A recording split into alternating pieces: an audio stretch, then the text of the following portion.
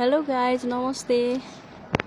यो चाहिँ हाम्रो कर्णाली ब्रिज अनि चाहिँ खोला पनि ठुलो भइसकेको छ। बर्खा लाग्यो। आज चाहिँ एकदमै राम्रो देखिरहेको छ बादलले। मलाई चाहिँ यो बादल लागेको देख्यो भने एकदमै रमाइलो लाग्छ। हजुरहरू पनि एकचोटि आउनु होला हाम्रो कर्णालीमा भिजिट गर्न।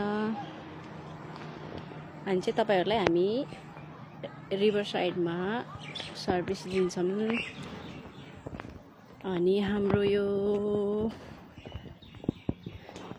गार्डन एरिया भयो। आज चाहिँ हामीले यहाँ गेस्टहरुको लागि इभिनिङको लागि यहाँ टेबलहरु सेटिङ गरिदिइरहेको छौँ। उहाँहरुको बारबिक्यू छ अनि यही गार्डनमा चाहिँ बर्थडे सेलिब्रेट गर्दै हुनुहुन्छ। सो हामीले यहाँ चाहिँ डेकोरेसन गरिदिएको छौँ।